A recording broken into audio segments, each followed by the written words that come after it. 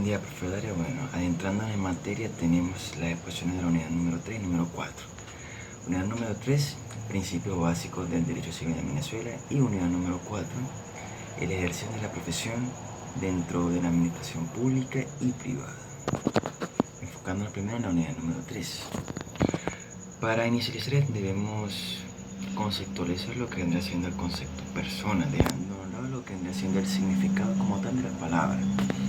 Dentro de lo psicológico tenemos que ver la persona es un ser concreto que abarca de diferentes tipos de aspectos emocionales, físicos, psíquicos, donde son considerados únicos y singulares. Una persona es la sumadura de diferentes tipos de características comunicables, tales como la personalidad, el ánimo, la forma de actuar y el sentir, que continúa una evolución continua hasta el día que fallece. Adentrando en lo que vendrá siendo el lenguaje jurídico, tenemos que existen dos tipos de personas, las jurídicas y las naturales. Las naturales son aquellas equivalentes a los seres humanos, mientras que las jurídicas son equivalentes a las construcciones legales, tales como empresas, industrias, organizaciones, entre otras. Puesto que una persona es un sujeto portador de derechos y obligaciones, una persona puede ejercer jurídicamente o puede accionar jurídicamente. Los bienes muebles e inmuebles. Los bienes muebles son aquellos elementos provenientes de la naturaleza, materiales u inmateriales, que pueden trasladarse con suma facilidad, mientras que lo contrario, que vendría siendo los bienes inmuebles, son aquellos mismos que provienen de la misma naturaleza, pero que no se pueden movilizar con suma facilidad, sino que para ejercer esto se debe deteriorar o destruirse para su movimiento, ya que se basan con el concepto fijación. Los contratos civiles. Los contratos civiles se establecen entre una persona o varias personas. Ellos consisten en forzarse a otorgar alguna cosa o bien sea un servicio. En primer lugar, para que los contratos sean válidos, cada una de las partes inmiscuidas dentro del mismo deben estar capacitadas legalmente para contratar. Entre cada contrato se pueden establecer pactos, cláusulas y condiciones. ¿Cuáles son los elementos esenciales dentro de los contratos civiles? Están, obviamente, el consentimiento, el objeto y la causa. El consentimiento de los contratos, a este se refiere a la voluntad de cada una de las partes. De lo contrario, este se podría anular según lo establece el Código Civil. El objeto es la materia dentro del contrato. En él se puede visualizar cada uno de los servicios a establecer y que deben seguir para concretar el determinado contrato, que es algo que debe ser lícito y determinado. Y obviamente la causa, que es la obligación que se establezca, mientras que el objeto define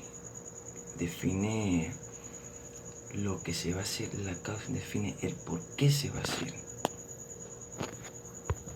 La ausencia o incumplimiento de cualquiera una de estas se podría habilitar, según el Código Civil, la anulación del mismo contrato. La clasificación de los contratos civiles. En principio debe existir algún beneficio entre las partes involucradas. Si genera obligaciones entre cada una de las partes o alguna de ellas, estas pueden ser unilaterales o bilaterales. Si se encuentran regulados por la ley, serán típicos, mientras que si es todo lo opuesto, serán atípicos. Por lo general, los contratos se establecen, dentro del mismo se establecen garantías en función El cumplimiento del contrato se lleva en determinados momentos, o bien sea por un periodo continuo. En estos tipos de casos serán contratos instantáneos o de trato sucesivo. ¿Cuáles son las sociedades civiles o qué es? Es un contrato, como todos, en la cual participan dos o más personas, con el objeto de que cada una de las partes aporten presupuestos, bienes o algún tipo de industria, en la cual a la finalización de la misma se reparten cada una de las ganancias entre las partes involucradas. Y ahora sí, el ejercicio de la profesión en la administración pública y privada.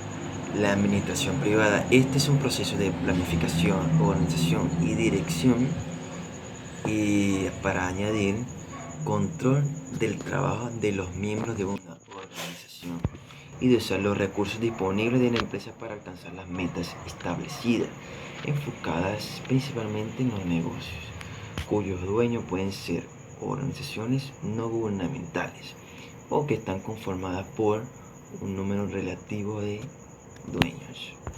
Sus dueños pueden ser personas físicas y también jurídicas. En otro contexto, este tipo de administración se da dentro de las empresas privadas y no en un estado como tal. Con ello nos adentramos en lo que viene siendo la Ley Orgánica del Trabajo, en la cual es un instrumento jurídico que regula las relaciones entre los trabajadores y los empleadores, en la cual dicha materia es de derecho individual y de derecho colectivo dentro de un espacio de trabajo. En dicha ley se encuentran diferentes tipos de principios primordiales y metas constitucionales del Estado venezolano en relación al trabajo correspondiente. La administración pública es aquel grupo de entidades, organismos creados por el Estado con el fin de controlar y gestionar todo lo concerniente al mismo. De este modo, el Estado puede crear sistemas de administración que esté facultado para realizar distintas operaciones que garanticen el funcionamiento del gobierno y de sus dependencias. Estos entes tienen como fin el control del dinero y de las ganancias que genere el Estado y de atender al público en lo que demande, según lo establecido por el Código. Y dentro de su código funcional ser los únicos que otorguen dependencia en cuanto a los trámites establecidos. La administración pública se divide en 4 tipos: la fiscal, judicial, ejecutiva y la ornato pública. La fiscal es la que se encarga de administrar la entrada de los atributos por concepto del sistema de los impuestos establecidos dentro de la misma nación. La judicial, en esta básicamente administra la justicia y todo lo relacionado con crímenes y corrupciones dentro de un país. La ejecutiva es donde emanan todos los derechos, o mejor dicho, los decretos presidenciales, donde reposan cada uno de los lineamientos la cual se rigen los ministros y gobernantes. La administración del ornato público, que por lo general está designada a las alcaldías y gobernaciones con la finalidad de que faciliten la llegada de los ingresos a cada una de las zonas en cuestión. Fuera de esto tenemos la administración ciudadana, que son los organismos a los que van las personas a tramitar documentos de identificación y entre otros. La administración pública se basa en una serie de elementos esenciales para su correcto funcionamiento. Primero en esta figura la figura del funcionario público, una persona profesional capacitada según la tarea que se le ejerce de capaz de interpretar, analizar, razonar equitativamente según lo que le otorga el cargo que tiene, los medios económicos suficientes como para pagar nóminas, cubrir gastos básicos y extracurriculares de administración y viáticos. En cuanto a la organización correspondiente, por lo general, cada uno de ellos corresponde por parte de la responsabilidad de cada una de las entidades correspondientes inmiscuidas en el tema. No, profe, un placer y bueno, aquí concluyo.